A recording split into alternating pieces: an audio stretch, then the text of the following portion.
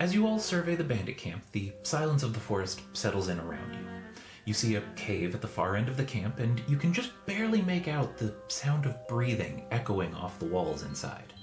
As you approach, you all start to notice the hairs on your arms, head, back of your neck start standing on end, not from fear, but more from some sort of electrical charge. Hello, and welcome to Tuna's Tales. This week's Pondering Monsters is going to cover the second part of the Bandit video from last week. In case you haven't seen it, bandits have settled in a village and convinced the people living there that a blue dragon needed tribute to not attack their home. The bandit leader, acting as a beloved shopkeeper who just so happened to speak Draconic as well, bravely offered to collect and take the tribute to the dragon every month. So, what's in the cave in the bandit camp? What did they find? How much trouble is your party in? Let's get into it and find out. As you could probably tell from the title of this video, the blue dragon is actually a Behir. I picked this one for several reasons. One, they aren't very smart. They have an intelligence score of 6, but they know Draconic and can communicate with it. And two, in my opinion, they're similar enough to blue dragons that if dragons are rare in your world, and if we assume that the average villager wouldn't have a deep knowledge of dragons, that they could be fooled into thinking it is one. Also, I'm disregarding the Behir's alignment and lore regarding their hatred for dragons, so keep that in mind moving forward. With this, we can run with the idea that a group of bandits have found a Behir in the wild at some point, convinced it that it was a blue dragon that just needed a horde of its own, and got it to work with them so the bandits could help it get said horde. All the Behir has to do is stomp around the forest and shoot lightning occasionally, while the bandits take care of the rest. The end result is the bandits double-crossing the Behir and giving it the bare minimum that they need to in order to keep their deal going. Evidence of the bandits doing this should be available to be discovered in several places. Overhearing a conversation between the bandit leader and his underlings on tribute day, finding a paper trail in an office in the bandit camp or general store of the shopkeeper, or if the party takes one of the bandits at the camp alive, they could question him for it. These are just a few options, but more could be added wherever seems appropriate to do so. So, where does your party fit into with this? Well, once they find out that something is up with the bandits turned shopkeepers, have made their way to the camp, dealt with those inside, and found that they are scamming the Behir, your low-level party is suddenly staring down a CR11 monstrosity that also happens to be sitting on a small pile of coins. This isn't looking that good for them, but the bandits were able to talk to the Behir. Why not the party? Give your players a chance to roleplay with this. There is a powerful creature in front of them that is open to working with humanoids. If your party convinces it that it's being manipulated, it would probably be willing to help them out with the bandits. After doing so, it'll probably just leave of its own accord. Or you could have it befriend the villagers and act as a protector for them because it feels bad that it was involved in scamming them. Whatever ends up happening in your game, at the end of the day, the party will have ideally found a temporary Behir ally, have dealt with the bandits scamming the village, and as a reward they can have first pick of the coin that was taken from the villagers.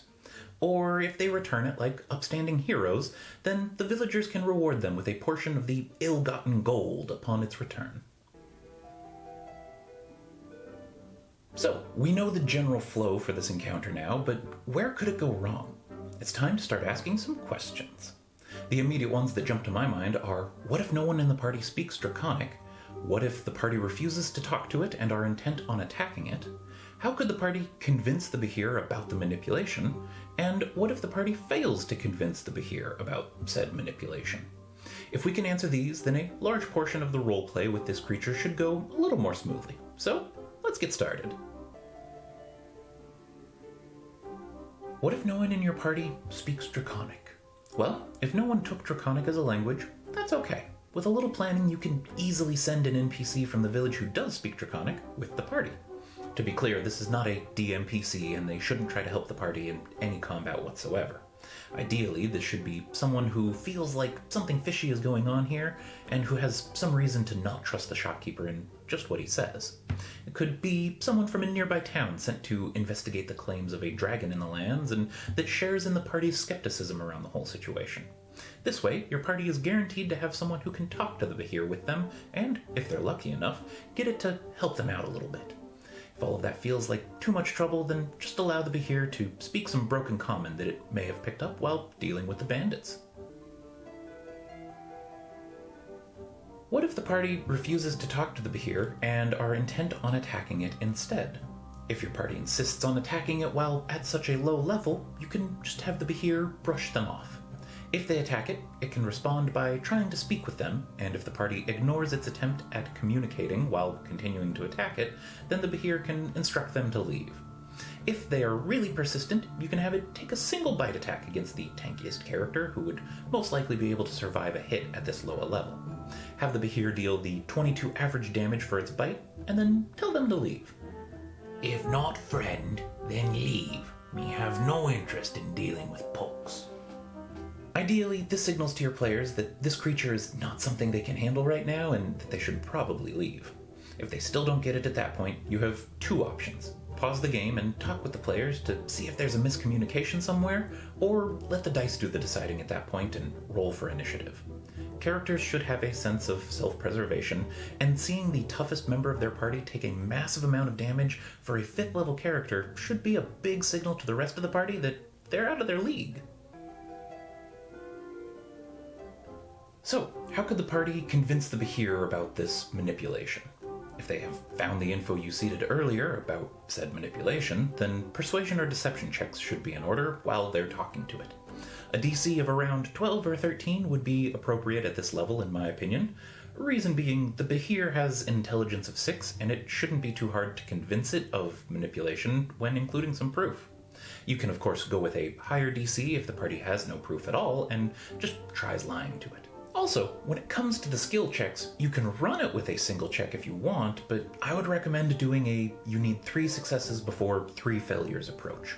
After a good show of role-playing from a player, you can ask for a skill check and just keep doing that until they either succeed enough or fail.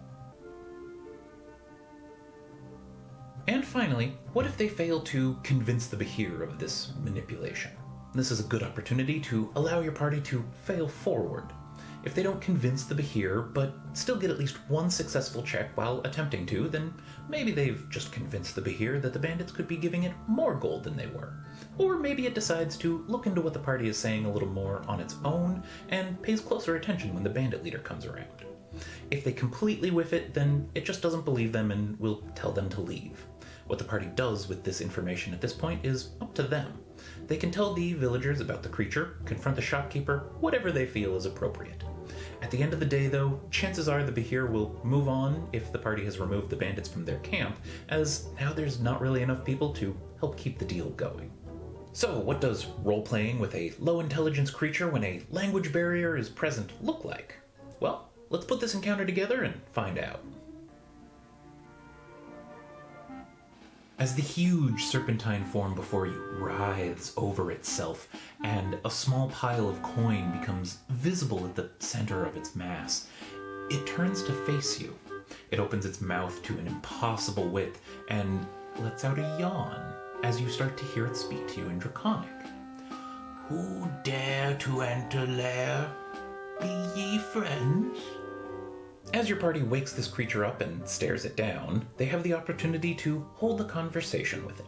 Assuming they take the peaceful route here, they can start trying to convince the Behir that it's being scammed, that it isn't really a blue dragon, the folk outside are bad bandits who aren't sharing the right amount of gold with it, and the coin that it's collecting actually belongs to a nearby village that's being robbed by said bandits. After each point your party tries to make, feel free to call for a persuasion or deception check, depending on the character's choices. I would say a starting DC of about DC 12 for persuasion with proof, or a deception at DC 14 without proof is a good starting point here. Keep track of successes and failures, and when the party gets a minimum of 3 successes before 3 failures, we can say that the party has succeeded in convincing the Behir of their points and to join their side. From here, you have a couple different options now. The Behir could decide to deal with the bandits when they next come through. The party could convince it to follow them back to the village so they can show the villagers that the dragon isn't really a dragon and that the shopkeeper is robbing them. Or the party could just convince it to leave while they lay in wait for the remaining bandits.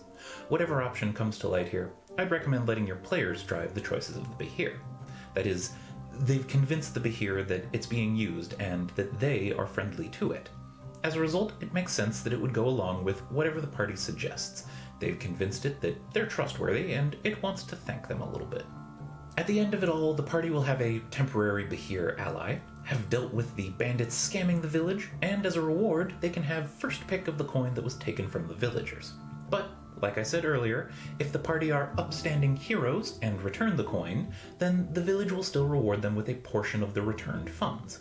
Somewhere in the amount of 500 gold should be reasonable for a low-level party here. When it comes to scaling, adapting this encounter for higher levels is fairly straightforward. You can easily increase the DCs to somewhere around a 14 or 15 for a 10th level party, and for a 15th level party, you can use a DC 16 to 18 range easily enough. The Behir itself shouldn't need any scaling if the party goes along with talking to it. However, if they intend to fight it, they should be hurting a little bit after dealing with the bandits and anything you put in their way on the journey to the camp. If not, then the standard song and dance applies of increasing the AC or hit points by a little bit, letting the lightning breath recharge on a 4 to a 6 instead of the 5 to a 6 that it normally is, or upping the DC of any of the saves that the Behir forces its targets to make. Finally, a possibly more interesting way to scale this would be to have the bandit leader, if he's still alive, and his underlings return and join the fight while the party is in the middle of fighting the Behir.